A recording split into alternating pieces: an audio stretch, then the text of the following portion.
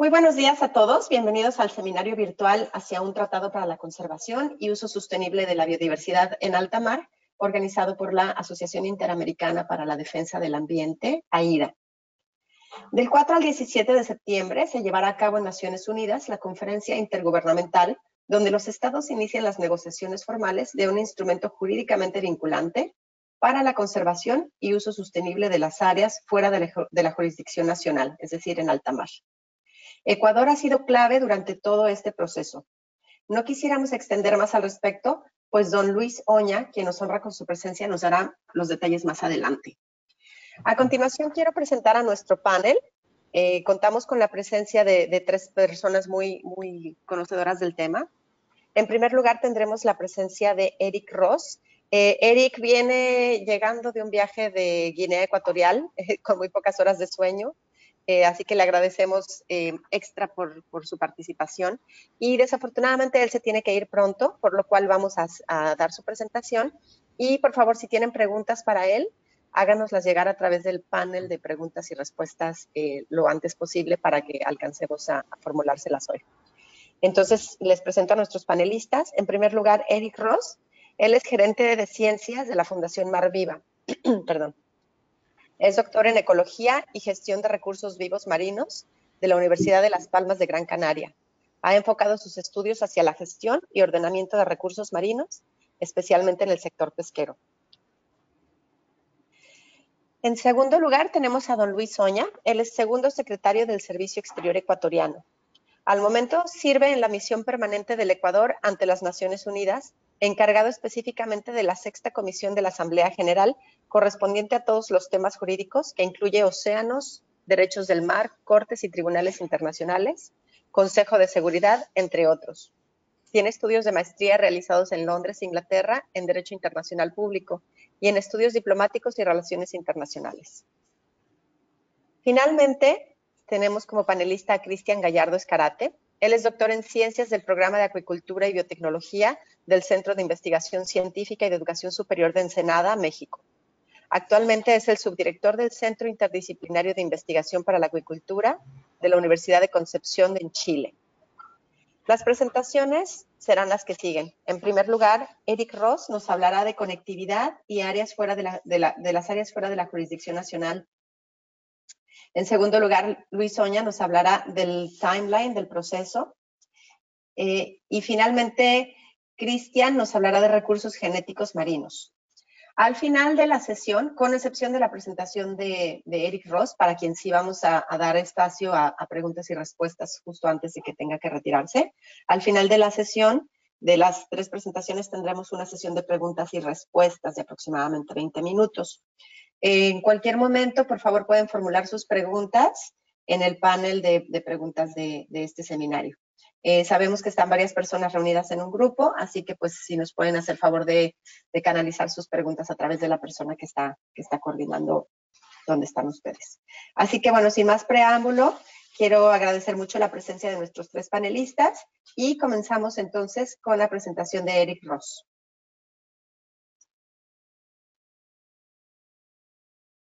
Buenos días, muchas gracias por la invitación a Aida y a Gladys en particular. No sé, Víctor, si tal vez maneja usted la presentación.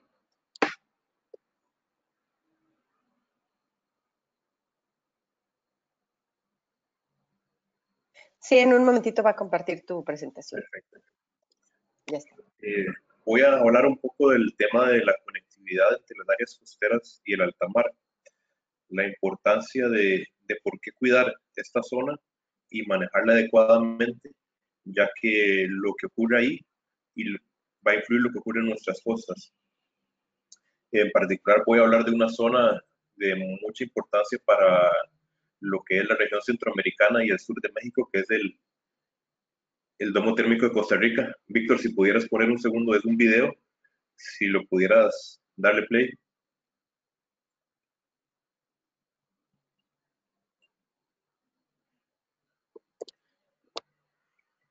Esta región del domo térmico de Costa Rica se encuentra en la costa pacífica, frente a UNACE, frente a lo que es la costa norte de Costa Rica y sur de Nicaragua.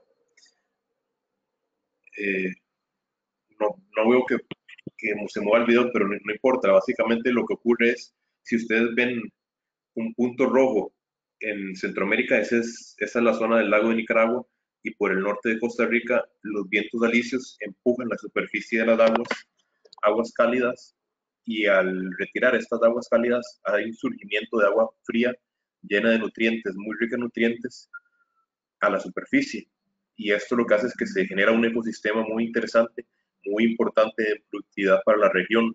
Dependiendo de las fuerzas de estos vientos y de las diferentes corrientes que hay en la zona, los ciclos que se generan, el domo térmico va cambiando de locación y va entrando en las diferentes zonas económicas exclusivas de países centroamericanos.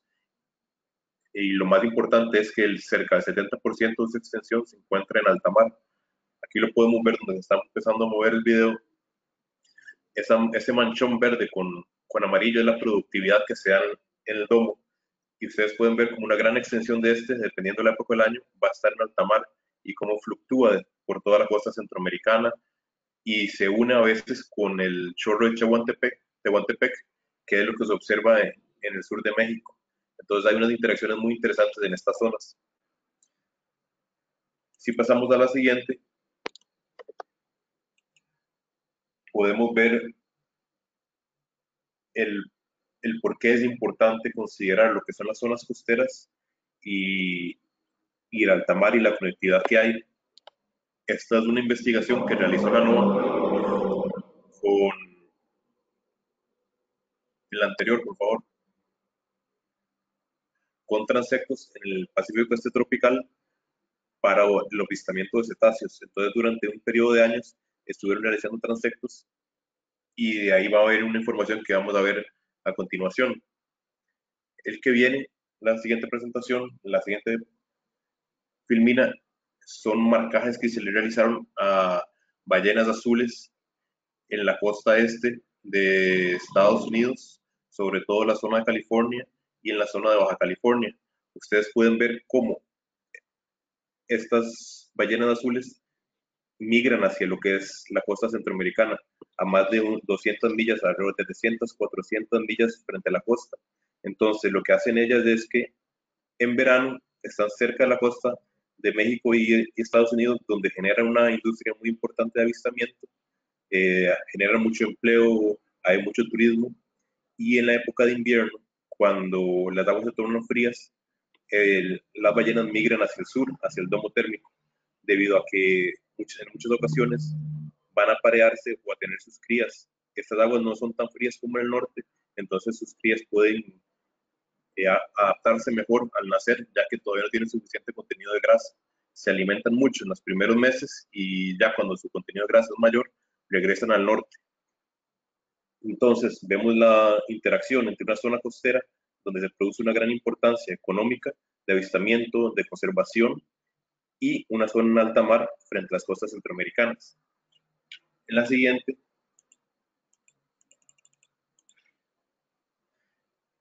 podemos ver una relación directa que hay entre lo que son las ballenas azules y el domo térmico. Vemos esta concentración de avistamientos de ballenas justamente en la zona del domo, y en la derecha vemos igual la concentración muy fuerte de avistamientos de delfines comunes en la misma región.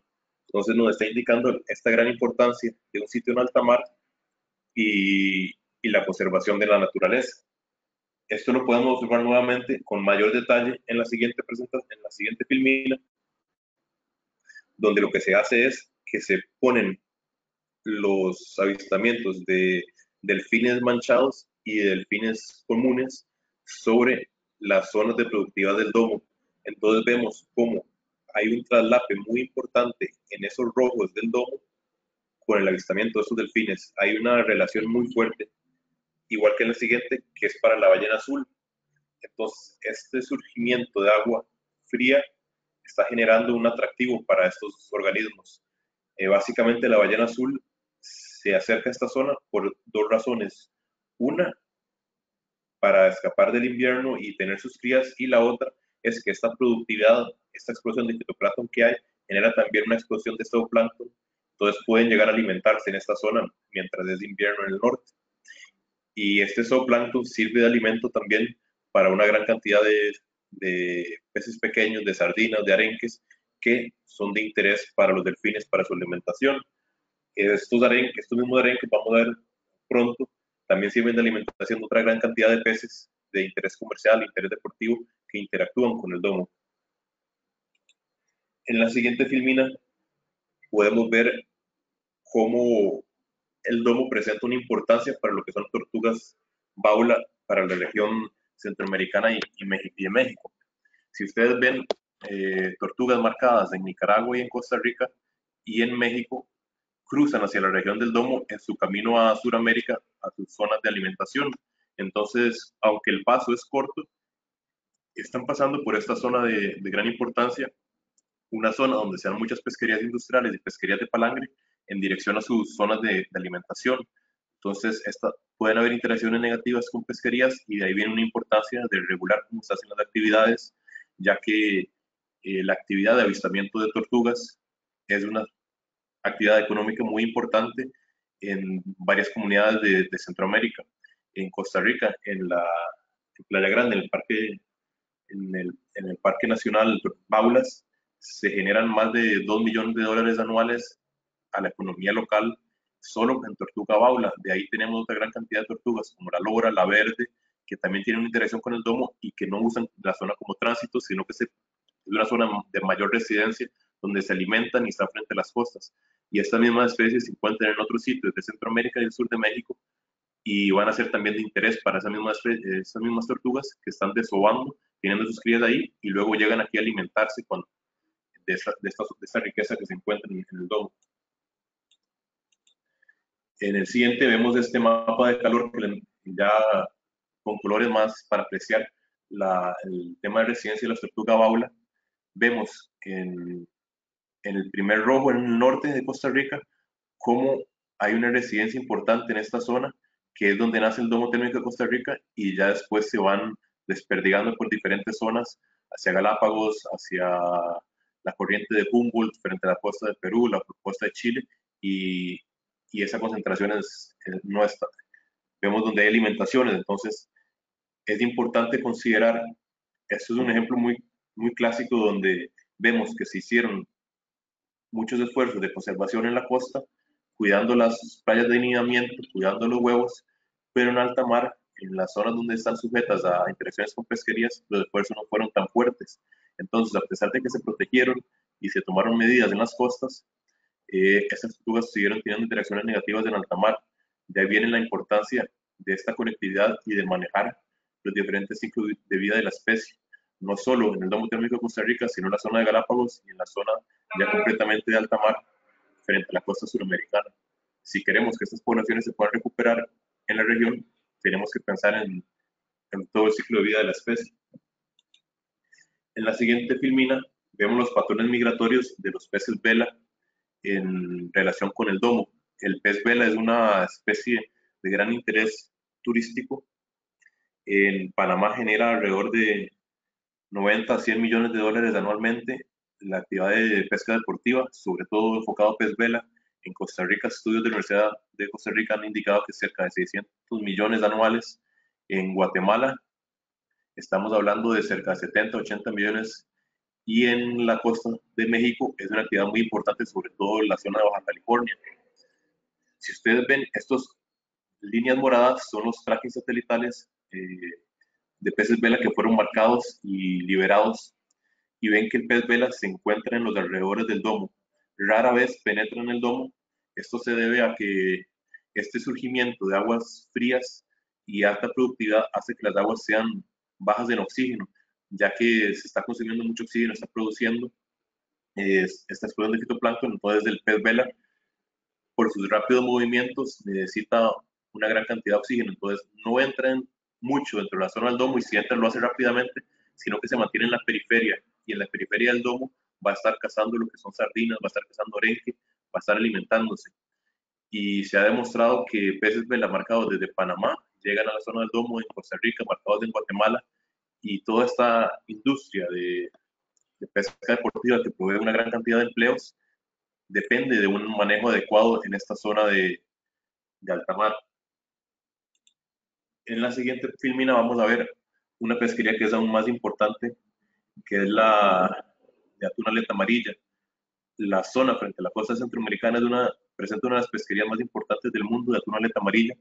Ustedes pueden ver la densidad de capturas de toneladas métricas en colores más intensos, donde hay mayor captura, y se extiende desde la costa centroamericana, llegando hasta incluso un poco cerca de Hawái. Y toda esta alta productividad se debe a factores como el domo térmico de Costa Rica, el chorro de Guantepec y las interacciones de las diferentes corrientes que ocurren. La tuna aleta amarilla en la región del Pacífico este tropical está muy ligado a los delfines. Eh, es un comportamiento que no se observa en otros sitios del mundo debido a este surgimiento de aguas frías en la región. Básicamente los primeros 200 metros de profundidad son los que tienen mayor concentración de oxígeno. Entonces esto hace que una gran cantidad de la diversidad de animales que hay se concentre mucho en estos 200 metros. Se ha observado y está comprobado durante muchos años de investigación que la tuna aleta amarilla y los delfines, sobre todo los adultos, tienen una relación donde es casi asegurado que si se ve delfines alimentándose o delfines en cacería, debajo de ellos van a haber atunes alimentándose también. Esta es una de las características utilizadas por la pesquería de cerco en la región para identificar donde hay cardúmenes de tuna aleta amarilla. Tienen observadores en las embarcaciones y tienen helicópteros buscando donde hay pajareras, que es cuando las aves están zambulléndose en el agua alimentándose, o donde hay delfines en la superficie alimentándose, porque saben que debajo va a haber atún. Entonces es muy frecuente en nuestra región que la atún aleta amarilla se pesque con la red de cerco, encerrando los delfines. Por normativa de la Comisión Interamericana del Atún Tropical, estos delfines deben ser liberados por buzos y, y se debe hacer lo más posible por evitar que mueran. Sin embargo, siempre van a haber interacciones negativas y algunos van a morir. Esta relación de compañerismo genera preocupación en el tema de cómo se manejan las pesquerías en la zona y la necesidad de promover prácticas responsables y sustentables. Disculpen que por aquí pasa una carretera, entonces los camiones a veces hacen un poco de bulla. La necesidad de establecer medidas de manejo muy importantes a nivel de las zonas económicas exclusivas, pero sobre todo a nivel de aguas internacionales. Si ustedes ven esa mancha roja, prácticamente el 99%, 90% está en aguas internacionales. Entonces ahí viene la importancia de manejar estas pesquerías que son de vital importancia. Ahí pescan países como Estados Unidos, México, Venezuela, Ecuador es muy fuerte, Panamá, con redes de cerco pescan embarcaciones de palangre asiáticas, europeas. Entonces, de ahí viene la importancia de manejar esto en conjunto y proteger estas zonas tan importantes, conservarlas adecuadamente, porque genera riqueza en la región, genera riqueza a nosotros latinoamericanos, a nosotros centroamericanos y mexicanos, para asegurar que esto se conserve en el futuro. En la siguiente filmina vemos el tema de transporte marítimo. El canal de Panamá concentra cerca del 5% del comercio mundial. Hay planes, o se ha escuchado hablar de la posibilidad de un canal en Nicaragua también, lo cual podría incrementar el tránsito en la zona. Si ustedes observan, gran cantidad de este tránsito marítimo pasa por la zona del domo térmico de Costa Rica y pasa por donde grandes concentraciones de ballenas azules, de delfines, por lo cual es importante regular de alguna forma el tránsito y poder reducir alguna interacción negativa con ballenas. Desde que se hizo una prohibición a nivel mundial en temas de caza de ballenas, la mayoría de poblaciones de estos cetáceos ha ido incrementando poco a poco. Entre más cetáceos hay en el agua y entre más comercio se da en las aguas, va a haber mayor posibilidad de interacciones negativas. Entonces, se puede trabajar con organismos como la Organización Marítima Internacional para establecer lo que son rutas de tránsito que eviten zonas de concentración de ballenas, para evitar alguna interacción, reducir las velocidades, ajustar canales de tránsito, reducir de alguna forma o mejorar la tecnología para que haya menos bulla también. La bulla afecta mucho a los cetáceos, afecta su comportamiento. Se ha comprobado que que cambia sus patrones de alimentación, cambia sus patrones de comunicación, cambia sus patrones de reproducción, de distribución. Entonces hay que hacer lo posible para reducir este tipo de interacciones negativas. En el siguiente vemos una filmina donde se habla de las concesiones en la zona de Clipperton, de fractura de Clipperton. Está alejada del domo térmico de Costa Rica, más allá de Clipperton. Sin embargo, es un ejemplo de lo que podría pasar en otras zonas del mundo donde se dan concesiones para explotación minera, sobre todo recursos de minerales que escasamente se pueden encontrar en tierra y que ahí son, por ejemplo, fósforos muy importantes. Y podría darse que en un futuro se den este tipo de concesiones en zonas que estén más cercanas a nuestras costas y que podrían ser de interés para la región. De ahí la importancia de promover una metodología de manejo de las aguas de alta mar y también los fondos marinos, y también de que la región como región pueda tomar decisiones de estas zonas del alta mar que están frente a sus costas y que nos dan riqueza. En la siguiente vemos, hay un estudio de Sumaila y otros investigadores de 2007 que indica que la conservación y uso sostenible de los recursos en alta mar es cada vez más importante. El grupo de trabajo de la Asamblea General de las Naciones Unidas en Biodiversidad Marina, fuera de jurisdicciones nacionales, está explorando el tema, como vamos a ver más adelante, y hay una presión creciente sobre los recursos de alta mar y de profundidad que hace necesaria esta discusión. Generalmente, el ser humano ha ido explotando las pesquerías que están cerca de sus costas y conforme van reduciendo las poblaciones, van extendiéndose a otras zonas. Entonces, la última frontera, la siguiente frontera es alta mar, justamente. En la siguiente filmina vemos que hay una importancia de crear áreas protegidas en alta mar, ya que se considera que el impacto global de las pesquerías tendría relativamente poco impacto sobre los ingresos pesqueros. Es decir, si hacemos áreas protegidas grandes en alta mar, los beneficios que estas áreas protegidas van a traer para la recuperación de las poblaciones van a ser muy importantes. Entonces el impacto que podría tener cerrar a estas zonas de la pesca sería relativamente bajo, ya que estas poblaciones reproducirían y después estarían disponibles en otras zonas. Se considera que cerrar cerca del 20% de alta mar produciría pérdidas de apenas 1.8% a nivel mundial en pesquerías, o de 270 millones de dólares. Entonces el beneficio que podría traer en conservación, en otras actividades que no sea pesca, sería mucho mayor del posible impacto negativo que habría a nivel mundial.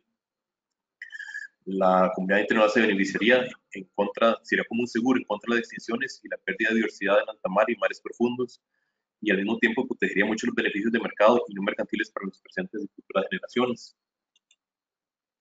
Este mismo estudio nos indica que, otro estudio del 2015 de Sumaila nos indica que la pesca ocurre tanto en las zonas económicas exclusivas en la siguiente filmina de los países como en alta mar. Cerrar el alta mar a la pesca ha sido una opción que se ha propuesto recientemente en literatura. Es una opción que tal vez podría ser un poco radical y se podría pensar tal vez no cerrarlo completo, pero los análisis se han hecho, por ejemplo, qué efectos tendría si cerráramos alta mar y solo permitimos de las zonas económicas exclusivas. Se considera que el menos del 0.01% de la cantidad y valor de especies comerciales se obtienen exclusivamente de alta mar, es decir, que no se pueden encontrar en otros sitios. El resto del valor y la cantidad se obtiene de especies que habitan tanto en alta mar como en las zonas económicas exclusivas, de especies sobre todo migratorias que cruzan de las zonas económicas a alta mar. Entonces, si protegiéramos alta mar, eventualmente estos atunes, estos peces de espada, estos dorados, estarían entrando en las zonas económicas exclusivas y estarían sujetos a la pesca. Entonces, al realizar estos cierres, generaríamos una recuperación de poblaciones y un mejoramiento de las pesquerías costeras. En la siguiente podemos ver que se calcula que después de un cierre global a la pesca en alta mar, el efecto de desborde causaría un aumento del 18% en promedio en las capturas de especies. Es decir, si damos una oportunidad a que estas especies se recuperen, tendríamos un 18% más de pesca a nivel mundial. Un cierre de la pesca en alta mar también podría tener un efecto neutral en las capturas globales. Es decir, lo que dejaríamos de capturar en alta mar se vería compensado por los beneficios que tendríamos en nuestras zonas económicas exclusivas. Y adicionalmente, la inequidad de la distribución de beneficios se reduciría por un 50%. Es decir, veríamos que esos recursos económicos que generan por las pesquerías, que generalmente van a países industrializados, se distribuirían mejor entre países en desarrollo y países industrializados, ya que podría permitir que los países en desarrollo generen unas flotas especializadas para la captura de estos organismos y no depender tanto del otorgamiento de licencias a países industrializados. Entonces podría generar un beneficio para las economías costeras en nuestros países. Por el momento, si hay alguna pregunta, con mucho gusto.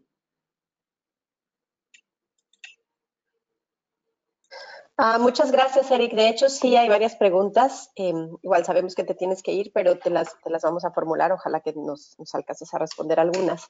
Es un tema muy, muy interesante.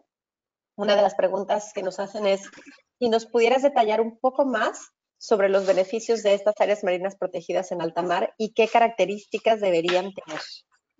Bueno, hay un tema que para cualquier área marina protegida, sea en alta mar o sea costera, la representatividad es muy importante.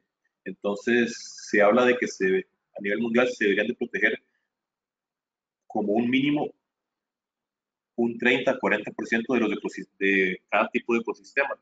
Hay algunos ecosistemas más sensibles que realmente se deben de proteger por completo, como los manglares de los arrecifes de coral, pero la representatividad es muy importante. Entonces, es necesario identificar zonas de diferentes tipos de ecosistemas y considerar su protección. También es importante considerar los sitios donde hay una gran densidad de biodiversidad, donde hay un atractivo innato. Por ejemplo, lo que son las montañas submarinas son muy ricas en biodiversidad. Son sitios donde sobre todo las que llegan más cerca de la superficie, donde se da un atractivo de las especies a estas zonas y hoy hay mayor densidad de poblaciones. Las zonas como las fumarolas submarinas también son de gran diversidad. Se considera que en las fumarolas hay igual o mayor diversidad que en los bosques tropicales, y son ecosistemas muy sensibles que toman cientos de años en crearse y que con una sola barrida de arrastre podrían quedar destruidos. Entonces es importante encontrar estos nódulos de concentración de diversidad y también pensar en la representatividad de las áreas. Otro tema de gran importancia es el tema de los corredores que conectan diferentes zonas. Por ejemplo, podríamos pensar en la protección de zonas frente a la costa de California y Baja California, y en la protección de zonas o el manejo de zonas como el domo térmico de Costa Rica, pero también se debe evaluar esos corredores que conectan a California con el domo térmico de Costa Rica, o que conectan Isla del Coco con Galápagos, con Coiba, con Malpelo. Entonces, todos estos corredores que conectan estos nódulos también son importantes para el manejo. Muchos de ellos van a estar en zonas de economía exclusivas, algunos van a estar en alta mar. También zonas donde, por ejemplo, hay una gran concentración de especies de interés económico, podría pensarse en hacer cierres parciales o cerrar una zona para que no toda esa extensión de distribución esté sujeta a la pesca. Entonces podríamos tener una bonanza en los sitios que están en la pesca y proteger a algunos otros para asegurar que esos peces van a estar protegidos por lo menos en alguna etapa de su vida.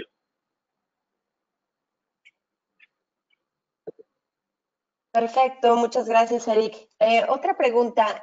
Uno de los retos de las áreas marinas protegidas en general, incluso estando cerca de la costa, es la vigilancia. Sabemos que Mar Viva trabaja mucho en ese tema.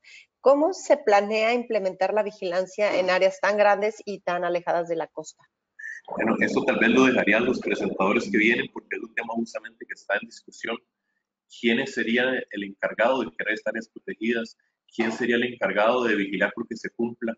Ya tenemos, por ejemplo, lo que son organismos regionales de pesca, las OROP, ordenamiento pesquero, perdón, donde de alguna forma pueden tener algún control con observadores a bordo y pueden tener acceso al tracking satelital de embarcaciones industriales para ver a dónde están actuando, dónde están pescando. Entonces, una coordinación entre estas OROP con estos organismos regionales que podrían manejar estas zonas de alta mar con los países que dan la bandera, podría generar esa vigilancia para que por lo menos en lo que es pesca industrial, saber a dónde están actuando, cómo están actuando y asegurarse que se esté cumpliendo con esos cierres en zonas específicas. Pero justamente eso es uno de los cosas que está discutiendo a nivel de Naciones Unidas, cómo es que se podría realizar. Gracias. Y una última pregunta. Bueno, nos hicieron varias preguntas, pero creo que en el transcurso de tu presentación se fueron respondiendo, como por ejemplo los beneficios para las costas, ¿no? De tener un área marina protegida en alta mar. Quizá al final nos puedas detallar un poquito más de eso, pero otra pregunta específica que nos hacen es que cuáles son las especies migratorias que serían las más beneficiadas con este tipo de protección y regulación en alta mar. Uf, hay una gran cantidad de especies que serían beneficiadas. Eh, las tortugas, como mencionaba en la presentación, muchas veces hecho esfuerzos de protección en las costas, en las playas de niñamiento contra la extracción de huevos, pero nos olvidamos que ellas están en el mar la mayoría de sus vidas y las medidas de manejo tal vez en temas de interacciones con pesquerías no es tan fuerte como en las costas. Entonces ellas se podrían beneficiadas por un mejor ordenamiento pesquero, una mejor eh, identificación de zonas donde están en altas densidades, donde se podrían tal vez hacer cierres parciales, cierres temporales, temas como los cetáceos. Si logramos identificar estas zonas de agregación donde van a llegar a alimentarse, podría beneficiar su ciclo de vida, podría reducir interacciones negativas con lo que es navegación para cetáceos mayores como las ballenas o con pesquerías, en el caso de delfines y el tema de cerco, por ejemplo. Tendríamos también los atunes, el atún en esta zona del mundo es increíblemente importante, podría permitir un surgimiento de sus poblaciones, un mejor manejo pesquero. Sabemos que los tiburones, ahí no tenía presentación, los tiburones presentan altas densidades, por ejemplo, en el domo térmico de Costa Rica se encuentra mucho tiburón sedoso y mucho tiburón zorro juvenil. Entonces, si fijáramos si hay zonas de agregamiento de estos juveniles y pudiéramos hacer cierres para garantizar que en sus estadios más vulnerables, donde están más pequeños, no se han reproducido, pudieran permitirse que crezcan y eventualmente estar sujetos de la pesquería cuando ya tuvieron una, dos o tres temporadas de reproducción, podría haberse beneficiado sus poblaciones también.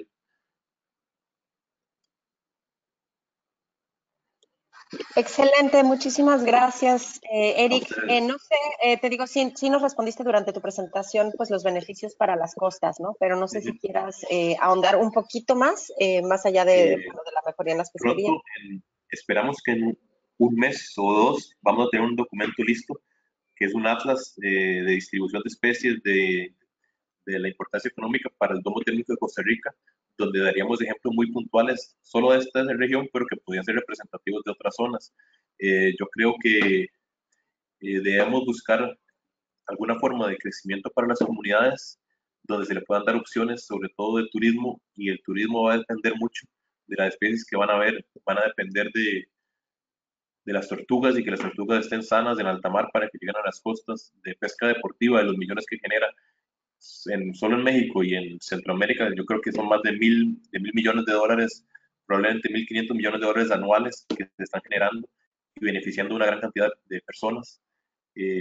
Las pesquerías de atún, hay una gran cantidad de producción en todos los países del Pacífico latinoamericano, de alguna forma, sea por cerco, como Ecuador, Panamá, México, o por palangre, como Costa Rica, Colombia, otros países, nos estamos viendo beneficiados del atún y genera mucho empleo en lo que es el enlatado o el procesamiento de atún fresco también, y es un importante tema de proteína y seguridad alimentaria.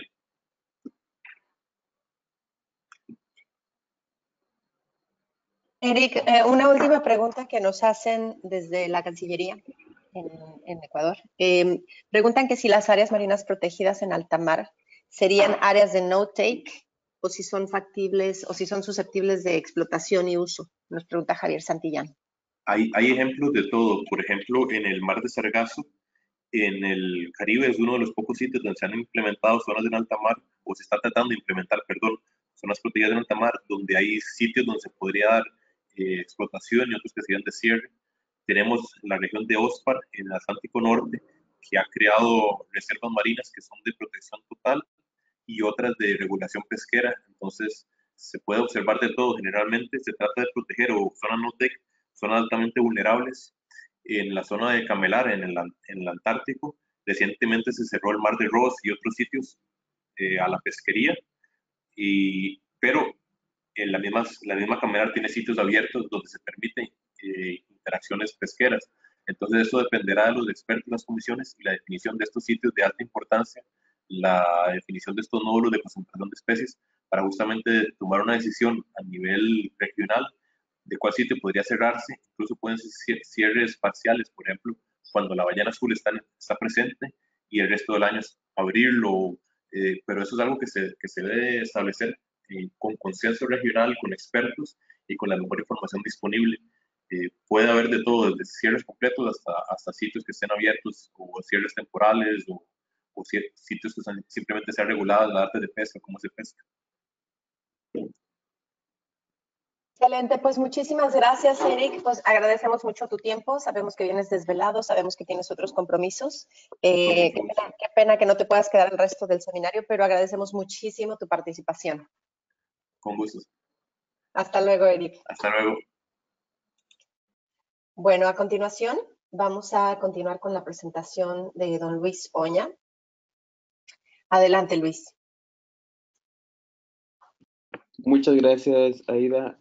Si me ayudan con la presentación, por favor. Bueno, mientras tanto, pues muchas gracias, Aida, por la introducción y a Eric por tan interesante presentación. Un saludo para todos los participantes y panelistas. Antes que nada, quiero felicitar a la Cancillería ecuatoriana y a la Asociación Interamericana para la Defensa del Ambiente por la organización de este importante seminario en línea. Y también, pues, agradecerles por la invitación para realizar esta breve introducción. La conservación y el uso sostenible de la diversidad biológica marina, más allá de la jurisdicción nacional, que de aquí en adelante, pues, más bien la llamaré BBNJ, para ser un poco más corta, atrae cada vez más la atención internacional, debido a que la información científica ha revelado la riqueza y vulnerabilidad de dicha biodiversidad en los mares. Pero por otro lado, como ustedes conocen, crece la preocupación por la creciente presión antropogénica planteadas por distintas actividades existentes. Por ejemplo, puede ser la pesca, la bioprospección, entre otras, en las profundidades del mar. La siguiente, por favor. Bueno, mi presentación hará una breve reseña del marco legal para las áreas fuera de la jurisdicción nacional, los procesos llevados a cabo en la Asamblea General de las Naciones Unidas y, por último, los próximos pasos a seguir dentro de este proceso. Siguiente, por favor. Empezando con el punto 1, el marco legal de BBNJ tiene varias fuentes de discusión y su regulación, pues por así llamarla, se encuentra diversificada. Por ejemplo, por mencionar las más importantes, tenemos la CONVEMAR, que entró en vigencia el 16 de noviembre del año 1994, establece los derechos y obligaciones de los estados con respecto al uso de los océanos, sus recursos y la protección del medio ambiente marino. Si bien la CONVEMAR no se refiere expresamente a la diversidad biológica marina, comúnmente se considera que establece el marco legal para todas las actividades en los océanos. Por otra parte, tenemos el Convenio sobre la Diversidad Biológica, el CBD, de 1993, la cual define la biodiversidad y tiene como objetivo su conservación, el uso sostenible de sus componentes y la distribución justa y equitativa de los beneficios derivados del uso de los recursos genéticos. Otro ejemplo, tenemos el Protocolo de Nagoya sobre el acceso a los recursos genéticos y participación justa y equitativa de los beneficios derivados de su utilización, la cual es de del 2014. Se podría aplicar esta a los recursos genéticos dentro del artículo 15 del protocolo y al conocimiento asociado con los recursos genéticos dentro del alcance de la CONVEMAR. Como vemos, pues existen varios instrumentos internacionales, pero también tenemos otro tipo de regulaciones, por ejemplo, la de las agencias especializadas de las Naciones Unidas, por ejemplo, el PNUMA, que tiene aspectos sobre medio ambiente, la FAO sobre pesca, pero asimismo tenemos también regulaciones de las comisiones regionales, también tenemos, y algo que es muy importante, que es el derecho internacional consuetudinario. Pero bueno, entonces, ¿cuál es la razón de avanzar en un proceso que termine con un instrumento vinculante sobre BBNJ? Pues la CONVEMAR se aplica a procesos y actividades llevadas a cabo bajo la jurisdicción o el control de sus estados parte. Por ello, al momento, pues no existe un marco o régimen jurídico específico lo cual representa un vacío fundamental que socava la regulación del uso y la conservación de la BBNJ. La siguiente, por favor. Ahora, ¿cuáles son las áreas fuera de la jurisdicción nacional? Ya lo había mencionado Eric en su presentación. La alta mar o áreas oceánicas fuera de la jurisdicción nacional son prácticamente aquellas situadas fuera de la zona económica exclusiva de los países. Siguiente, por favor. Aquí tenemos un poco más detallado cuáles serían las áreas que deberían tratar. Tenemos alta mar, fuera de las zonas económicas exclusivas de los países. Siguiente, por favor. Pasando al siguiente punto, ¿cómo inicia el proceso? Tenemos aquí podemos apreciar en cuestión de años cuáles han sido los mayores principales hitos dentro del proceso. Como vemos, en el 2004 la Asamblea General de las Naciones Unidas decidió establecer un grupo especial, oficioso de composición abierta, el cual en 9 reuniones llevadas a cabo en 10 años, trabajó en el intercambio de ideas sobre la coordinación institucional del tema. Y también pues trató asuntos sustantivos de interés de los estados a corto plazo. Y ya se empezó a hablar, por ejemplo, de la pesca ilegal, los recursos genéticos marinos, las áreas marinas protegidas, etc. Sin embargo, pues dentro de estos 10 años hubo grandes hitos que marcaron el curso del proceso. Como podemos ver, en el 2011 se acordó un paquete de temas a discutirse en las siguientes sesiones del proceso. Si pasamos por favor a la siguiente. Como podemos ver, el paquete acordado en el 2011 dice claramente, menciona cuatro paquetes, un listado de 4 temas, que son los recursos genéticos marinos, incluidas las cuestiones relativas a la distribución de los beneficios, las medidas como los mecanismos de gestión basados en zonas geográficas, incluidas las áreas marinas protegidas, las evaluaciones del impacto ambiental y la creación de capacidad y la transferencia de tecnología marina. Dentro de este paquete, cuando veremos más adelante, cuando tuvimos las reuniones del comité preparatorio, se trabajó en un 5º grupo que no estuvo incluido en este paquete acordado, pero que trataba temas transversales. Si podemos regresar a la anterior lámina, por favor.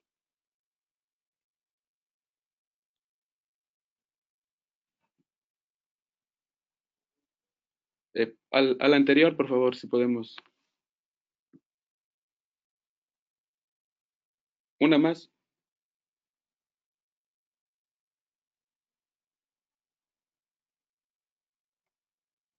Perfecto. Entonces, habíamos empezado en el 2004, que duró 10 años las reuniones del grupo abierto, el grupo de composición abierta. Veíamos que en el 2011 se aprobó el paquete de temas, y en el 2012 es un punto muy importante, porque la Asamblea General adoptó la resolución el futuro que queremos, que es más conocida como Río +20, en la cual los jefes de Estado de los Estados miembros se comprometieron, y aquí quisiera abrir comillas para tomarlo literal. Los jefes de Estado se comprometieron a abordar con carácter de urgencia, basándose en el trabajo del Grupo Especial Oficioso de Composición Abierta, y antes de finalizar la sesión número 69 de la Asamblea General, el tema de la conservación y uso sostenible de la biodiversidad marina en áreas fuera de la jurisdicción nacional, incluyendo la adopción de una decisión sobre la elaboración de un instrumento internacional en el marco de la Convención de las Naciones Unidas sobre el Derecho del Mar. Es decir, con este mandato, en el 2015, la Asamblea General adoptó la resolución 69292, la cual tiene como aspectos clave. Sí, por favor, nos vamos a la siguiente lámina. Perfecto. Como aspectos clave de la resolución, si le vamos pasando, por favor. Tenemos, en esta resolución se incluyó el desarrollo de un instrumento internacional vinculante bajo la CONVEMAR, el establecimiento de un comité preparatorio conocido como PREPCOM. Siguiente. Y también, bueno, la resolución menciona que previo al 72º periodo de sesiones de la Asamblea General se decida sobre la convocatoria de una conferencia intergubernamental. Y finalmente tenemos que el proceso no deberá menoscabar instrumentos y regímenes existentes. Entonces, como vemos, esos son los aspectos más importantes de esta resolución adoptada en el 2015. Inmediatamente, si seguimos pasando a la siguiente lámina, empezaron en el 2016 con esta resolución las reuniones del comité preparatorio. Se llevaron 2 reuniones por año, 2 en el 2016 y 2 en el 2017. Tuvimos periodos de sesiones en los cuales tuvieron la participación de todos los Estados miembros y otras partes interesadas. Al final de la PrepCom 4, se decidió, el comité preparatorio decidió que el informe del comité para enviarse a la Asamblea General debía contener las recomendaciones sustantivas, en las cuales se recomendó a la Asamblea General que se dé inicio a la conferencia intergubernamental, la cual sería, eso me lleva a pasar al último punto. Si seguimos pasando, por favor, la presentación. Bueno, aquí tenemos un recuento del proceso, de las partes más importantes. Si le damos adelante todas, por favor. En el 2014 tuvimos los grupos de trabajo por 10 años. En el 2011 el paquete acordado de temas. En el 2015 la adopción de la resolución 69292 que da inicio a las reuniones del comité preparatorio. Y finalmente, como les comentaba, la última reunión del comité preparatorio recomendó que se inicie la conferencia intergubernamental. Por ello, el año anterior, la Asamblea General adoptó la resolución 72-249, dando inicio al proceso de la conferencia. Seguimos más adelante, por favor. Por mencionar algunos puntos, adelante, por favor. Sí. Por mencionar algunos puntos de esta resolución, que sería el que me lleva al último punto de mi presentación, que es cuáles son los próximos pasos dentro del proceso. Esta resolución pues, nos pide examinar las recomendaciones del comité preparatorio sobre los elementos del texto de un instrumento internacional jurídicamente vinculante. También se decide que se tratarán los temas que componen el paquete acordado en el 2011, que ya lo mencioné, que habrán 4 periodos de negociación en el 2018 y en el 2019 y el primer semestre del 2020. Siguiente, por favor. Y que, bueno, a principios de este año se realizó una reunión organizacional en la cual se trató todos los temas logísticos de la conferencia. Pasamos a la siguiente lámina, por favor. La resolución también contiene, bueno, se decide que el proceso y su resultado no deben menoscabar los instrumentos y marcos jurídicos existentes, la participación de organismos globales, regionales y sectoriales competentes, también pues que se asegure la participación más amplia y efectiva, y también que la participación de los estados en las negociaciones o en sus resultados no pueden afectar la situación jurídica de quienes no son parte de la CONVEMAR. Siguiente, por favor. La resolución 249 también incluye como anexo las reglas de procedimientos y la práctica establecida de la Asamblea General para la conferencia, salvo que éste acuerde lo contrario. Esto fue ya aprobado. También menciona que todos los estados que estarían participando en las negociaciones pues actuarán de buena fe y deberán poner todo su esfuerzo posible para acordar por consenso las cuestiones sustantivas, y que las decisiones sobre cuestiones sustantivas se adoptarán por mayoría de 2/3 de los representantes presentes y votantes, pues en caso de que no se logre ese consenso. Seguimos, por favor, a la siguiente. Bueno, como conclusiones, el nuevo instrumento es una oportunidad histórica que permitirá a la comunidad internacional cumplir compromisos internacionales en el actual contexto global. También el fortalecimiento de la gobernanza internacional de los océanos y finalmente la oportunidad en la evolución del derecho del mar. hasta aquí mi presentación. Si tienen alguna pregunta, por favor.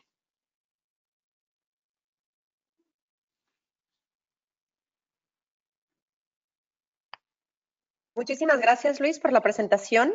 Vamos a continuar con la presentación de Cristian y al final vamos a dar paso a sesión de preguntas y respuestas. Incluso me parece que hay posibilidad de abrir los micrófonos para que los participantes formulen directamente sus preguntas. Entonces, si me permiten, vamos a continuar con la siguiente presentación a cargo de Cristian. Entonces, adelante, Cristian.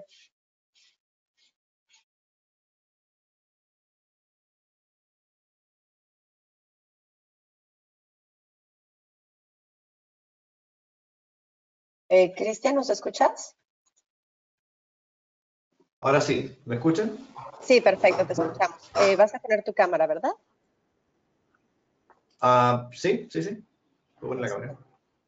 Perfecto, ya estamos viendo tu presentación.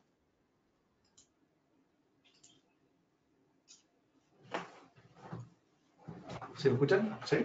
Sí, te escuchamos y te vemos bien. Ok, bueno, primero que nada agradecer la invitación a este webinar.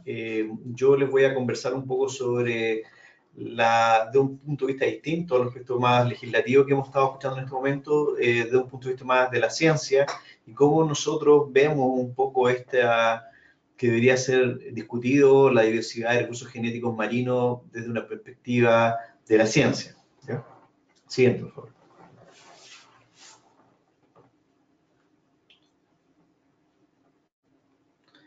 Como ustedes pueden, ya saben, el océano en el mundo, 60% es descubierto por tierra. Sin embargo, el 60% de la superficie del océano está fuera justamente fuera de las zonas exclusivas económicas, ¿no? 70% y por tanto esto correspondería a un 60% del volumen total del océano. Ahora, en el océano actualmente se han descrito más de los grupos taxonómicos que se pueden encontrar, cerca de los 36 grupos taxonómicos que existen actualmente descritos, por lo menos 34 de ellos han sido descritos en los océanos.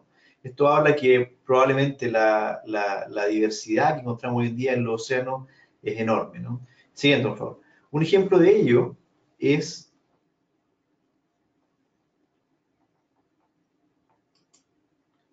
Un ejemplo de ello es, por ejemplo, qué pasaría si nosotros tomásemos una pequeña gota de agua de mar y la viéramos al microscopio, por ejemplo. ¿Qué encontraríamos? Lo primero que encontraríamos es que estaría compuesta probablemente cerca de 1 millón de bacterias, cerca también de 1 millón de otro tipo de organismos que se llaman arqueas, y también probablemente entre 10 a 10.000 protistas, ¿ya? Y cerca de unos 10 millones de virus. Eso estaría solamente en una gota de agua. Ahora, si esto lo extrapolamos probablemente a todo el océano que conocemos, al volumen total que se ha calculado en los océanos, sin duda las cifras son totalmente astronómicas, ya no podría ni siquiera decirlo, pero lo que quiero decir es que solamente los organismos microscópicos que componen el mar, evidentemente demuestra ya la gran diversidad que existe, ¿ya? Ahora, ¿por qué esta diversidad en el mar? ¿Por qué está esta diversidad en el mar? Bueno, esta diversidad en el mar está... Siguiente, por favor.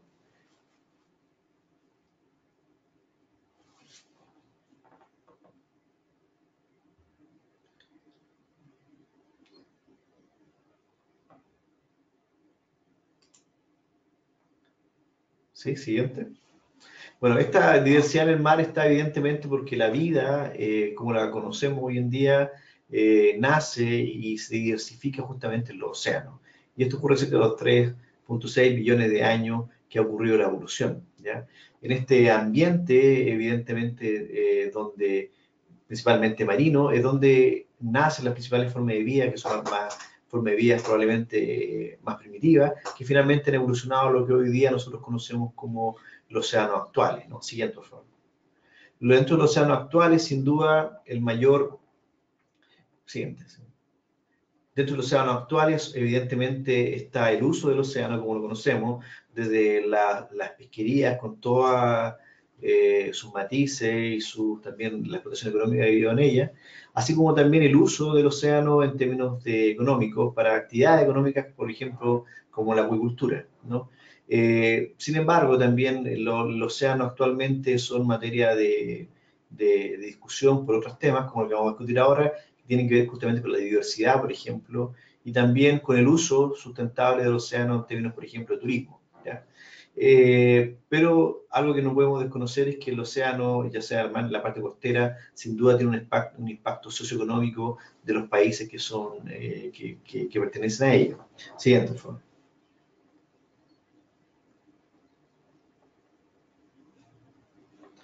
Ahora, en el océano también, actualmente como lo conocemos, evidentemente está lejano de ser lo más sustentable que hubiésemos querido que fuera, ¿no? Hoy por hoy estamos claramente en presencia de la contaminación que está ocurriendo en nuestro océano, el efecto que está ocurriendo principalmente en los plásticos está llamando la atención a nivel mundial, ya no tan solo en los efectos que pueden estar ocurriendo sobre el cambio climático, o sea, un cambio global, perdón, en términos de temperatura u otras alteraciones en el océano, sino que tiene que ver también un poco con la gran cantidad de desperdicios que se están siendo arrojados actualmente al mar.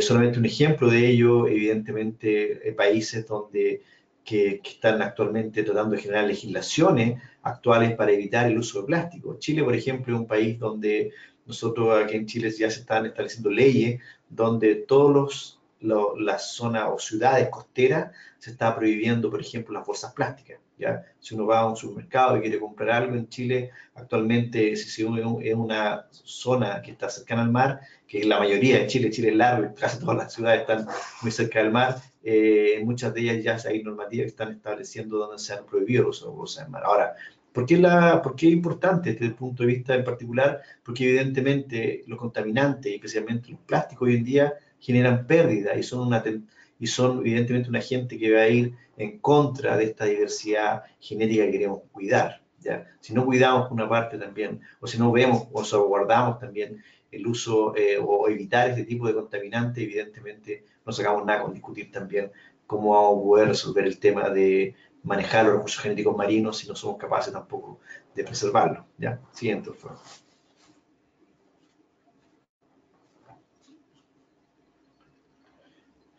Solamente en un contexto, lo que llamamos zonación del océano, hay que recordar un poco que la plataforma continental, esta que podemos encontrar donde se habla que la profundidad está cerca de hasta los 1000 metros de profundidad, que es lo que vemos al principio de esta imagen. Sin embargo, también hablamos de una zona donde existe el vento, ¿cierto? Que es desde esta zona de los 1000 metros hasta la zona más profunda, donde finalmente ocurre también una gran cantidad de biodiversidad que también hay que recordar y que cuidar.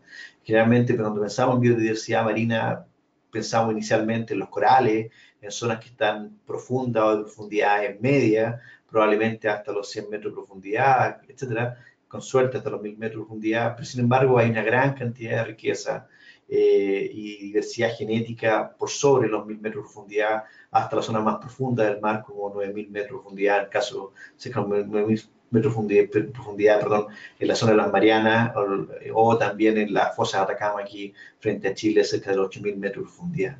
Ahora, en estas zonas altamente, evidentemente, inhóspitas para nosotros, ¿no? Y para el organismo, en general, la verdad es que uno puede encontrar gran cantidad de biodiversidad, por ejemplo, asociado a estas zonas abisales, ¿ya?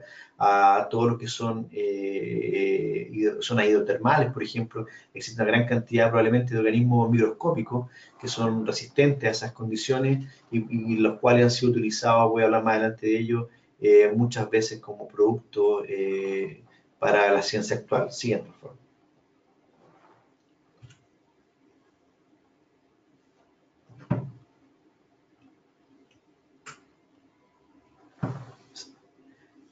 Siguiente, por favor. Vamos a hacer eso.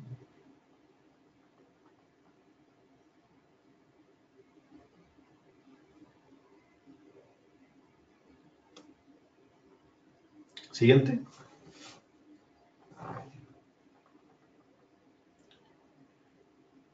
Ahora, la biodiversidad o los elementos que son claves que para los recursos genéticos marinos, ¿Por qué ahora es tan importante, o más bien, por qué ha tenido tanta auge los recursos genéticos marinos? Básicamente podemos decir por dos aspectos, ¿no? Uno, primero, es por el desarrollo rápido que ha tenido el estudio, la biología molecular principalmente, esta capacidad del hombre de poder decodificar la información genética que tienen las distintas especies y poder utilizarlas, por una parte, ¿ya?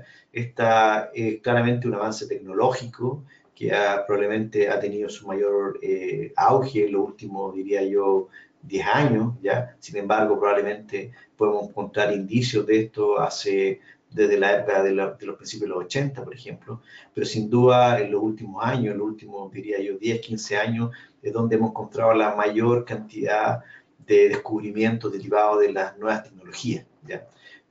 No voy a hablar de eso ahora, pero sin duda las tecnologías actualmente permiten generar gran cantidad de información genética en muy poco tiempo y a un precio muy bajo, ¿no? Pero por una parte también diríamos que los elementos claves para el desarrollo de recursos genéticos o el interés que ha habido esto es porque también la tecnología ha permitido también avanzar en la observación, tanto directa como también en los muestreos, por ejemplo, en zonas profundas. Siguiente, por favor. Para el primer caso, siguiente.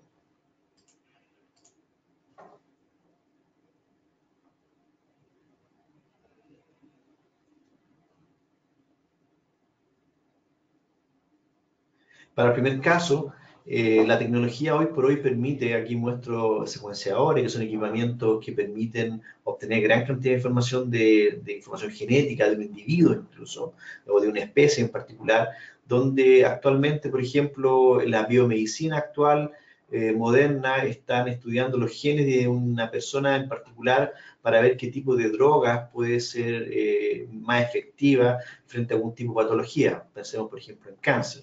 Ahora, sin embargo, y esto a principio...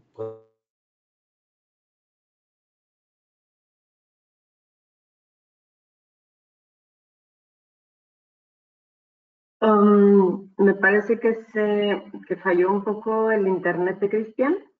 Vamos a ver si lo podemos recuperar. Denos unos segundos, por favor.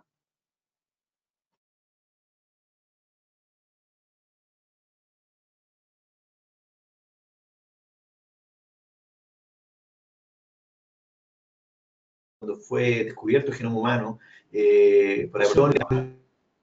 con respecto a la exploración del mar, sin duda también diría yo que los avances tecnológicos han permitido también llegar mucho más profundo y tomar muestras y tomar muestras mucho más profundas. Esto haciendo una analogía, por ejemplo, que es la exploración espacial, ¿no? Sin duda el avance del hombre va a permitir, más allá de la Luna, probablemente llegar a Marte, ¿no? Sin duda la misma avance tecnológico ha permitido explorar la zona más profunda del océano actualmente.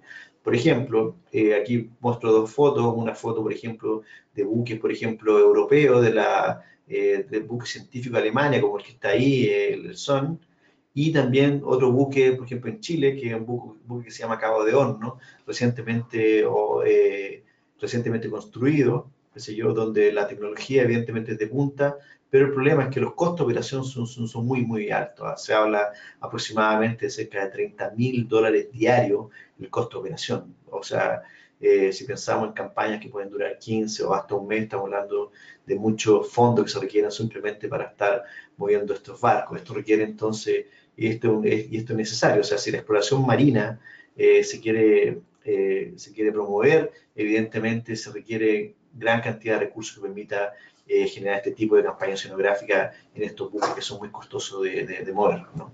Siguiente, por favor. Con respecto a la parte de exploración submarina, por ejemplo, evidentemente ustedes han visto y deben estar que la robótica, por ejemplo, ya ha llegado a todas zonas, ya es común ver drones, por ejemplo, sobrevolando. De la misma forma, la robótica ha permitido generar estos vehículos híbridos, o estos ROV, que son vehículos robóticos que permiten la exploración submarina. Entonces, siguiente, por favor. Donde, además de ello, también permiten la toma de muestras. Ahí muestro una figura y una fotografía donde se está tomando muestra, por ejemplo, del fondo del fondo marino a 8.000 metros de profundidad, ¿ya? Algo evidentemente que el hombre no podría hacer en forma natural, pero sin embargo la tecnología permite actualmente tomar una muestra que evidentemente es única y que está en un ambiente en particular, subirla a la superficie y luego poder estudiarla, ¿ya? No tan solo con eso, ya existe el siguiente, por favor, ya la exploración submarina también y pensando en esta tecnología, sin duda también ya existen ya submarinos que están siendo tripulados y que cada vez están llegando más al fondo. O sea, recordemos que parte de la profundidad es que se han llegado con vehículos tripulados, o sea, de vehículos no tripulados sin duda han llegado a 8.000 metros al fondo, pero vehículos tripulados todavía no alcanzan esa profundidad. Existen algunos antecedentes y algunas empresas que han prometido estas profundidades, probablemente en los próximos 2 o 3 años, vehículos tripulados que logren llegar incluso a esa misma profundidad, ¿ya? Ahora, siguiente, por favor. Ahora, ¿pero qué se ha logrado con esta exploración y con la exploración del océano? No tan solo del fondo marino, sino que también de la columna de agua y aunado al cambio tecnológico que ha habido. ¿Ya? ¿Qué hemos logrado? Aquí voy a tener un par de ejemplos para mostrarles por qué es importante justamente el estudio y la conservación de los recursos genéticos. Por ejemplo, en la zona de hidrotermales, ¿ya?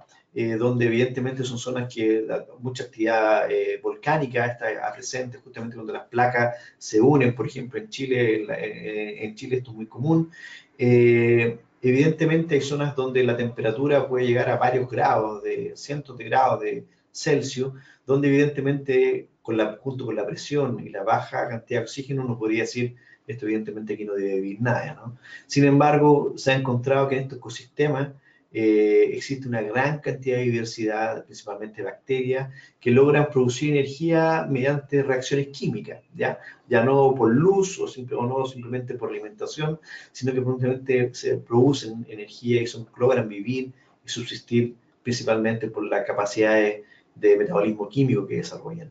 Son claramente únicas y son totalmente inexploradas todavía. Conocemos muy poco de la cantidad de bacterias, por ejemplo, que vienen asociadas a estas zonas hidrotermales y donde evidentemente hay mucha información y muchos recursos genéticos que pueden ser utilizados para distintos tipos de aplicaciones. Después lo voy a contar un poquitito. Siguiente, por favor.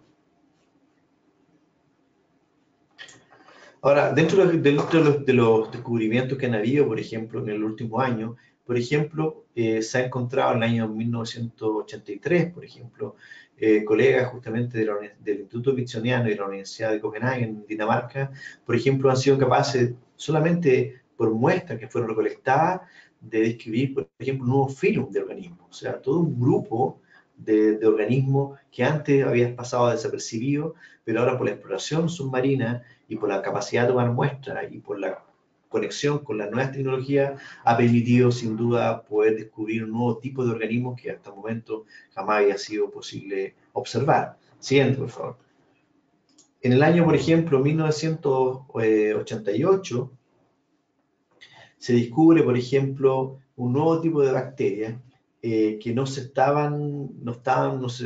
jamás se había observado actualmente, y que juegan un papel tremendamente importante en el ciclo del carbono del planeta, por ejemplo. También había sido totalmente pasado por alto, pero la exploración submarina ha permitido obtener estas muestras de tipo microbiológica y que los cuales han sido probablemente uno de los mayores descubrimientos en términos de oceanografía biológica en los últimos años. ¿Bien? Siguiente, por favor.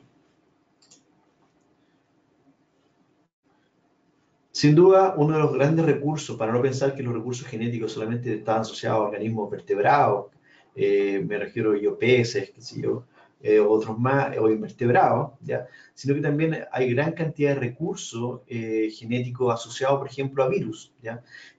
Como les mostraba al inicio, hay gran cantidad de microorganismos, principalmente virus, que viven en el mar, los cuales son tremendamente importantes porque pueden ser utilizados para distintas aplicaciones, ¿ya? Sin embargo, lo que conocemos de virus en el océano es tremendamente bajo también, ¿ya? Comparado con lo que hay, ¿ya? De ahí entonces es que es la necesidad justamente de poder estudiar esto y poder obtener muestras y para poder caracterizarlas. Siguiente, por favor.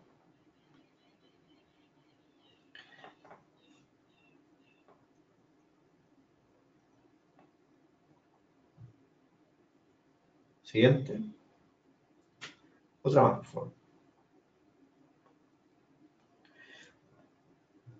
Por ejemplo, algo que no se conocía justamente dentro de la exploración marina era que, por ejemplo, que en el mar pudiesen haber hongos marinos, ¿ya?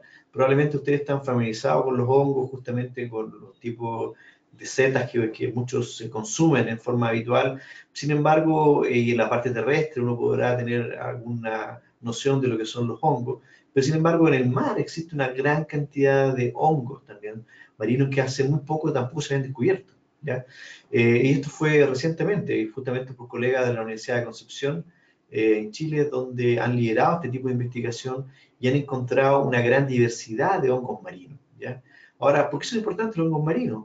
Porque, por ejemplo, se ha encontrado que ciertos hongos marinos son capaces, por ejemplo, de degradar antibióticos.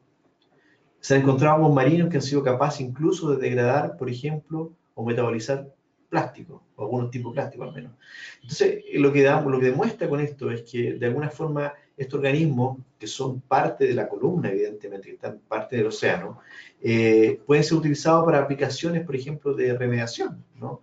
Para aplicaciones donde es necesario bajar la cantidad de antibióticos, por ejemplo, que son asociadas a fondos marinos o cerca de zonas donde hay actividad industrial. Los hongos marinos hoy por hoy son una gran promesa justamente, pero hay que estudiarlo, hay que caracterizarlo y también hay que protegerlo, ¿ya? Y sin duda es uno de los, también diría yo que uno de los grandes descubrimientos de los últimos años. Siguiente, por favor.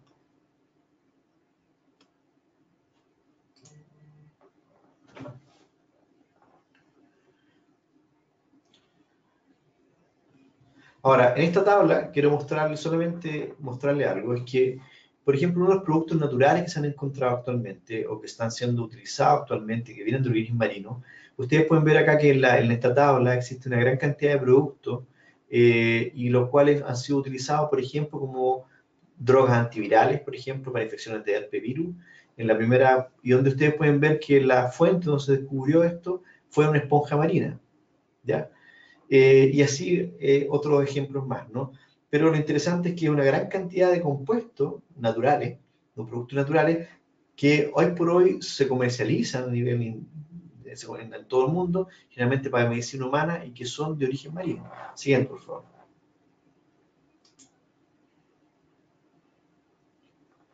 Un ejemplo de ello probablemente puede ser en que, por ahí muestra en la flecha, esta que dice proteína verde fluorescente o GFP, que simplemente se caracterizó esta proteína desde un jellyfish, donde era capaz de producir una bioluminiscencia, ¿no?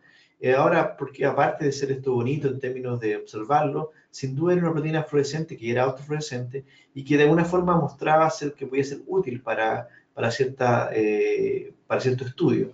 De hecho, fue tan importante el descubrimiento, siguiente por favor, fue tan importante el descubrimiento que fue producto o fue meritorio, mejor dicho, siguiente, fue meritorio, por ejemplo, del Premio Nobel de Química en el año 2008, ¿ya? Lo que quiere decir entonces que las investigaciones que se realizan derivadas de la exploración del mar y su caracterización en recursos genéticos genera este tipo de impacto. Siguiente, por favor.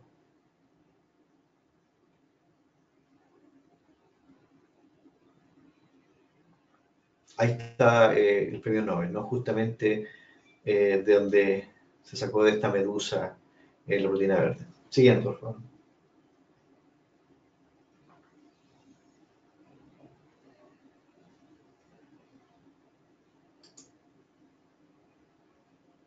Ahora, si nosotros hiciéramos una comparación entre las especies terrestres, por ejemplo, y básicamente hiciéramos una comparación entre especies terrestres y marinas, perdón, las especies que están descritas, ya, tanto procariotas como eucariotas, ya, y comparamos ahora con las especies que han sido patentadas y el porcentaje de las patentes que están, podemos ver inmediatamente que principalmente las especies marinas son las que han dado mayor cantidad de patentes que han sido reportadas en los últimos años. ¿Ya? Cerca del 28%, por ejemplo, de patentes han sido adjudicadas, por ejemplo, a productos o a genes que provienen de procariotas, de bacterias, por ejemplo, ¿ya? Versus, por ejemplo, en el ambiente terrestre, que sería cerca del 19%. ¿Ya? O sea, hoy por hoy podemos decir con certeza que la mayoría de las patentes que han sido, que se han sido otorgadas, donde hay productos que se están siendo comercializados, muchos de ellos provienen de origen marino más que de origen terrestre. ¿Ya? Siguiente, por favor.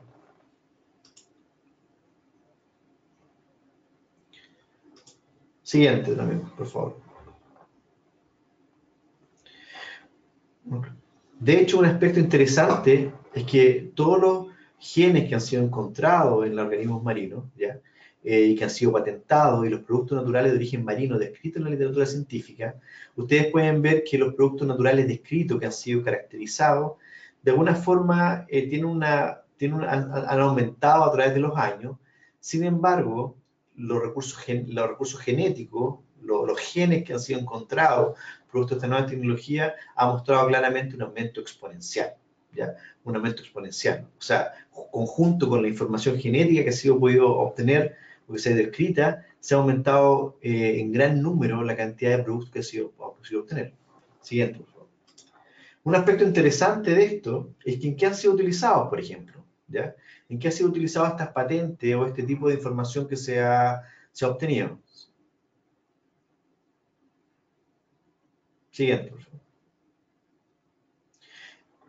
Ustedes pueden ver que ahí está el porcentaje patente versus la aplicación, ¿ya? Evidentemente, la mayor aplicación que ha tenido estos recursos genéticos que han sido caracterizados desde organismos marinos, así como también de aquellos productos que se han sido obtenidos de origen marino, ha sido utilizado en salud humana, en ingeniería genética, en herramientas de biología molecular, ¿ya? Hoy por hoy es un gran mercado, y donde muchos de los compuestos que se utilizan para biología molecular, tanto para investigación en ciencia básica o aplicada, que finalmente llega a muchas de ellas, o pocas de ellas, mejor dicho, a generar algún producto en particular, proviene de las patentes de origen marino, ¿ya? Y en el último caso, dentro de las aplicaciones, sin duda interesante ahí, incluso hasta, por ejemplo, biocombustible, ¿ya?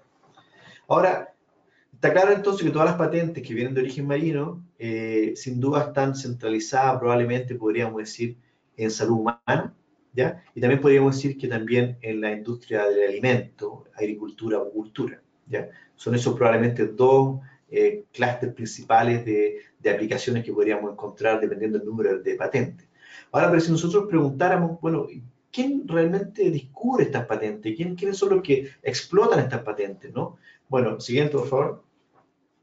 Es interesante porque muestra que, por ejemplo, de todas las patentes que están relacionadas a recursos genéticos marinos, ¿ya? Y que son utilizadas,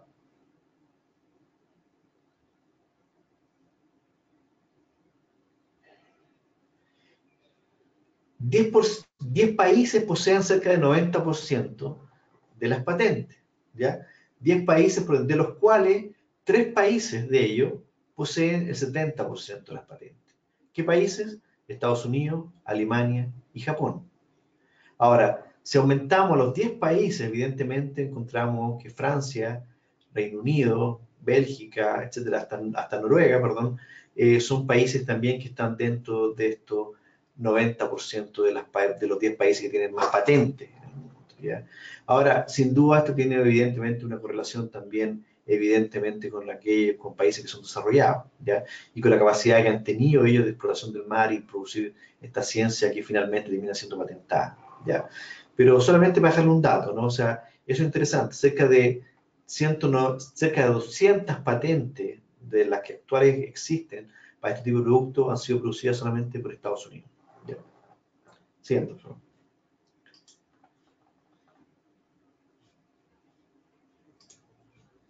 Ahora, con respecto a los productos naturales provenientes de invertebrados marinos, por ejemplo, es interesante esto en el sentido de que los productos naturales, por ejemplo, que han sido utilizados frecuentemente para temas biomédicos, por ejemplo, la mayoría de ellos proviene, evidentemente, la mayoría de ellos son productos naturales que provienen del océano, se ha incrementado drásticamente a través de los años, independientemente del tipo de organismo que sea, pero ustedes pueden ver que el año 2012, por ejemplo, la cantidad de productos que están disponibles, al menos, que están siendo estudiados, es enorme, comparado, por ejemplo, con 10 años atrás. ¿Ya? Siguiente, por favor.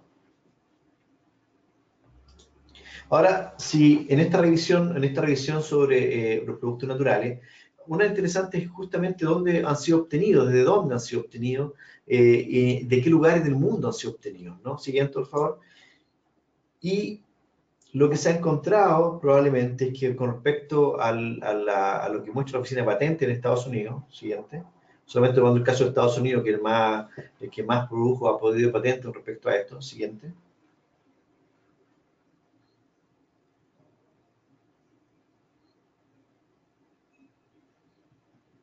Ustedes pueden ver, por ejemplo, en el caso de Estados Unidos, la mayoría de las patentes, o al menos de los productos que han sido patentados, provienen, por ejemplo, del Golfo de México, ¿cierto? Provienen de las zonas, por ejemplo, de zonas tropicales, evidentemente, donde hay cantidad de esponjas. Muchos de ellos son relacionados con productos, con especies con esponja.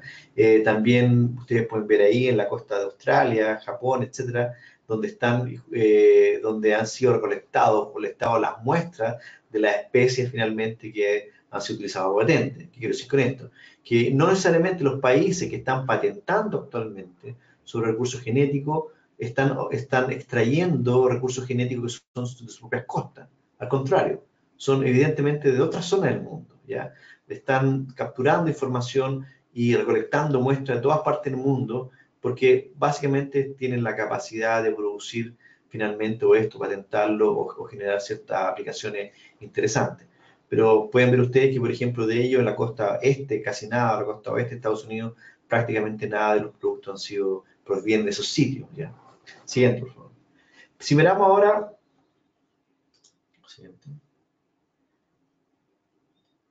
Siguiente también, por favor. Sin embargo, si miramos lo que hay a nivel mundial, ya de todos los países que han sido colectados prácticamente, si ustedes pueden ver acá, no hay ninguna zona en la costa del mundo o de la zona esta donde no hayan sido obtenido información relevante, recursos genéticos desde 1965. ¿Ya? Podemos ver zonas tan prístinas, por ejemplo, como la Antártida, donde actualmente también está siendo foco de atención para la obtención de productos naturales y también de recursos genéticos que tengan finalmente que ver con aplicaciones principalmente en biomedicina. Finalmente, para terminar, algunas reflexiones.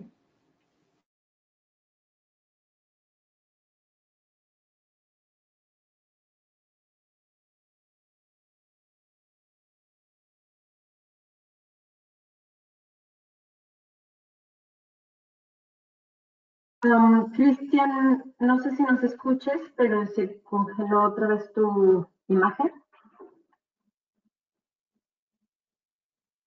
Ay, disculpen las fallas técnicas, vamos a dar unos segundos otra vez, vamos a ver si se recupera el audio. Eso evidentemente está más allá de las 200 millas, ¿no? Se requiere de programas internacionales de desarrollo y fortalecimiento de la capacidad científica, por ejemplo, oceanografía, biología molecular, etcétera, de los países en vía de desarrollo, de tal forma que puedan participar y contribuir a la generación de conocimiento respecto a los recursos genéticos marinos, ¿ya? Necesitamos generar capacidades suficientes para explorar, por ejemplo, el océano en forma profunda, de mejor forma, evidentemente porque los costos de ellos asociados son muy, muy, muy elevados. Siguiente, por favor. Pero existen grandes desafíos respecto también a la trazabilidad de recursos genéticos. Por ejemplo, necesitamos saber, debido a las características del océano, a los desarrollos tecnológicos, a los ciclos de vida, por ejemplo. Sería interesante también que cuando hablemos de trazabilidad, por ejemplo, podamos tener claridad y ponernos de acuerdo realmente que estos recursos genéticos fueron obtenidos finalmente de zonas que son fuera de la jurisdicción. Será una tarea difícil, seguro, de las negociaciones internacionales llegar a acuerdo respecto a lo que es y lo que no es un recurso genético marino, Ahí todavía hay de fuerte debate con respecto a eso. Por ejemplo, alguien podría modificar una proteína, un gen que proviene, por ejemplo, de una especie en particular y simplemente decir que ya no es un recurso genético nativo, por decirlo así, y ya no sería tal como uno que podría estar fuera de los acuerdos, etcétera. O sea, todavía hay que discutir realmente lo que es y lo que no es un recurso genético marino, especialmente porque esto está asociado a los cambios tecnológicos que están actualmente ocurriendo. Y eso sería toda mi presentación. Muy amable, gracias.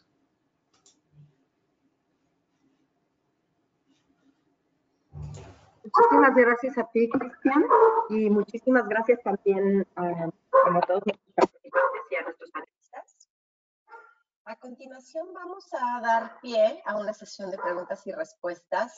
Normalmente siempre las hacemos por escrito, pero en esta ocasión, por tratarse de una circunstancia especial, sabemos que hay varias personas reunidas en la Cancillería de Ecuador, etcétera. Vamos a abrir el micrófono a la Cancillería para que nos puedan hacer sus preguntas derivadas, además de que vamos a hacer, perdón, también algunas preguntas que nos han llegado por escrito.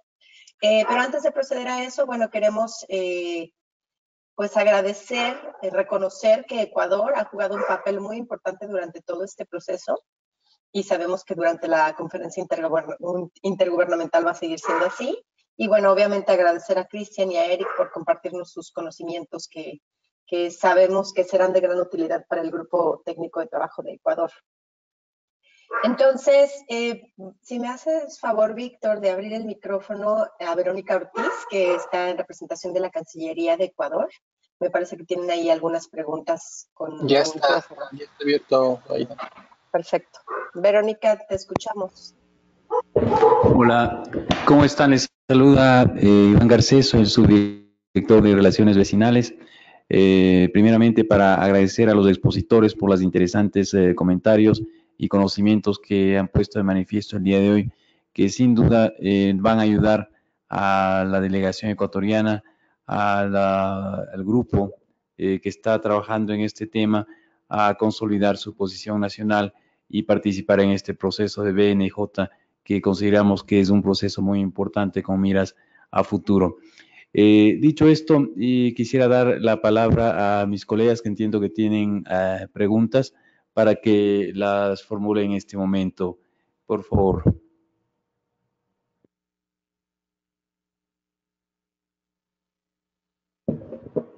Buenos días, Ana Navarro del Ministerio del Ambiente.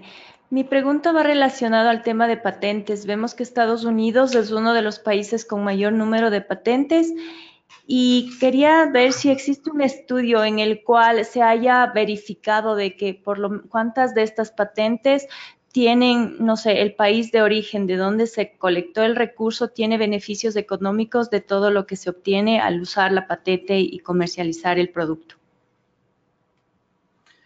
Sí, la verdad es que existe un estudio en que habla que cerca solamente del 10%, o sea, probablemente el 10% de las patentes generadas, por ejemplo, en el caso de Estados Unidos, proviene solamente de recursos que podríamos decir que son recursos genéticos que están cercanos a las aguas de Estados Unidos, ¿no?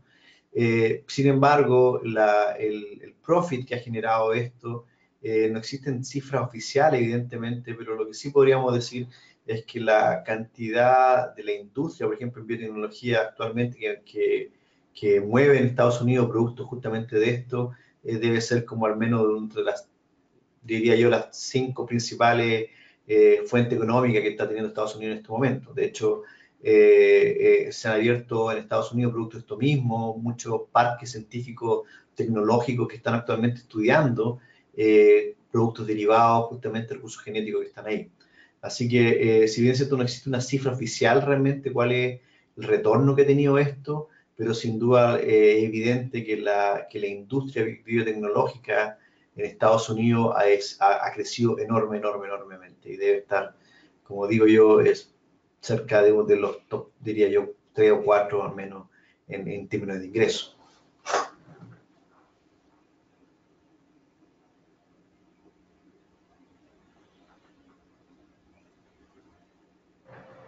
Una consulta adicional y sobre el tema de patentes.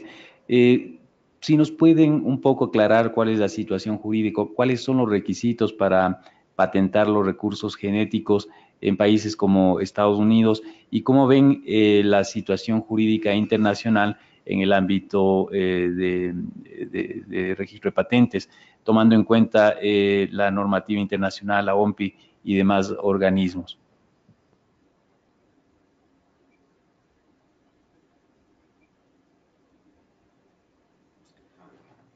La normativa internacional con respecto a las patentes evidentemente no hace discriminación sobre si los recursos son genéticos, ciertos recursos genéticos provienen o no provienen del país.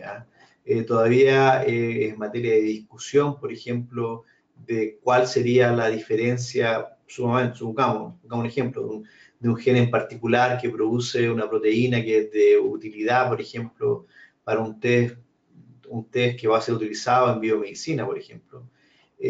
Todavía se habla si esa proteína no puede ser patentada. Por ejemplo, lo que sí está interesante, porque más bien está en discusión todavía y no está claro todavía si es posible hacerlo o no, ¿ya? Porque muchas veces, por ejemplo, solamente se puede patentar el organismo, ¿ya? No una fracción de ello. Y eso es importante. Por ejemplo, en algunos países se puede, por ejemplo, patentar las variedades vegetales, ¿no? Se puede patentar las variedades vegetales. Pero en la mayoría de los países, por lo menos en Chile ocurre así, tú no puedes patentar, por ejemplo, un organismo, ¿ya? Porque se subentiende que de alguna forma es patrimonio de todos, ¿no? Entonces, pero ¿qué pasa entonces con los productos derivados de ese organismo? Puntualmente su material genético, ¿ya? Yo diría que todavía eso no ha sido discutido a fondo. Y no ha sido discutido a fondo porque la discusión ha ido mucho más lenta de lo que ha ido la tecnología, ¿ya? La tecnología sin duda ha ido más rápido.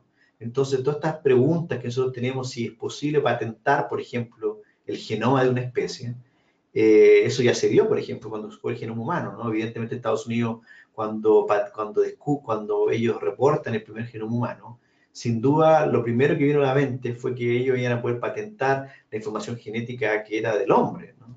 Evidentemente, la idea de patentar la información genética del hombre tenía que ver con más allá de generar beneficios que podían ser utilizados en términos, por ejemplo, de biomedicina. Pero evidentemente se llegó a la conclusión que esto era impracticable, pero sin embargo, en ciertos elementos sí se puede. Entonces, yo creo que es una discusión compleja todavía que hay que darla, justamente para poder, como decíamos al final de la presentación, lo que es y no es un recurso genético.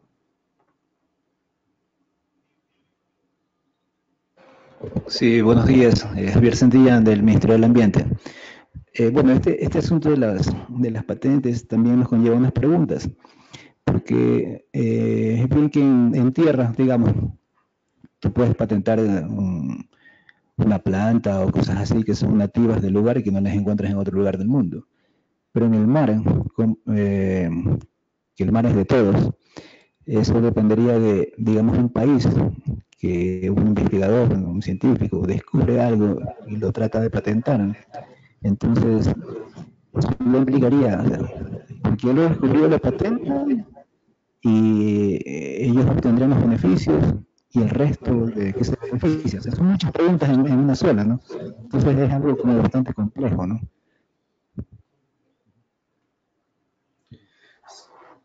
Sí, la verdad es que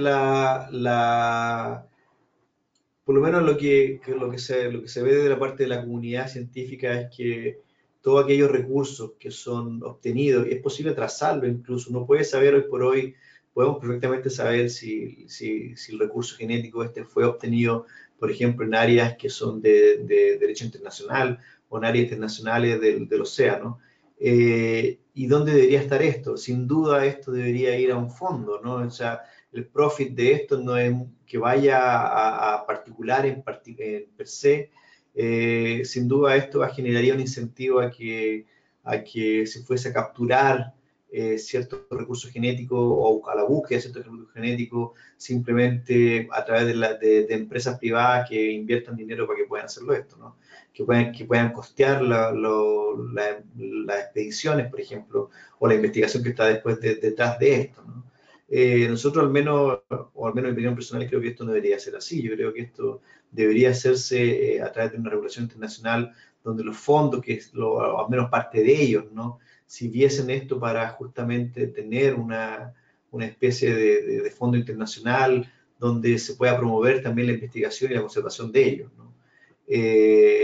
A fin de poder salvaguardarlo. Yo creo que eso es importante, pero es importante justamente discutirlo, porque si no, en este momento queda simplemente el arbitrio o más bien, bajo las capacidades de aquellas grandes empresas que puedan generar o invertir en la prospección de esto.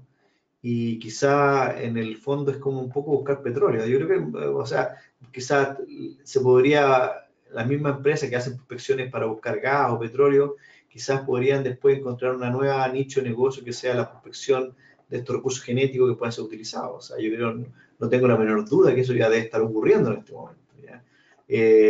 Pero sin duda la patente que van a generar esto es algo que también nos está discutiendo finalmente cuál va a ser el retorno para el país incluso, ¿ya? No sé si puedo agregar algo nada más. Sí. Sí, Cristian, sí, yo coincido totalmente contigo. Solamente para ponerlo un poco en el contexto de cuál sería la perspectiva desde el punto de vista de los estados y cómo hemos actuado, al menos del Ecuador, dentro del grupo y como parte del G77 y los demás países en desarrollo. Para nosotros, pues siempre el principio que pensamos que debería guiar y sostener el nuevo régimen de la conservación y el uso de los recursos genéticos marinos desde el patrimonio común de la humanidad, como tú ya lo habías mencionado en tu presentación. Pues justamente porque consideramos que ese podría ser un régimen justo, equitativo, que permita que todos los países pues puedan beneficiarse del potencial que representa todo el acceso que se pueda tener a los recursos. Esto era nada más como algo extra para tu intervención. Gracias.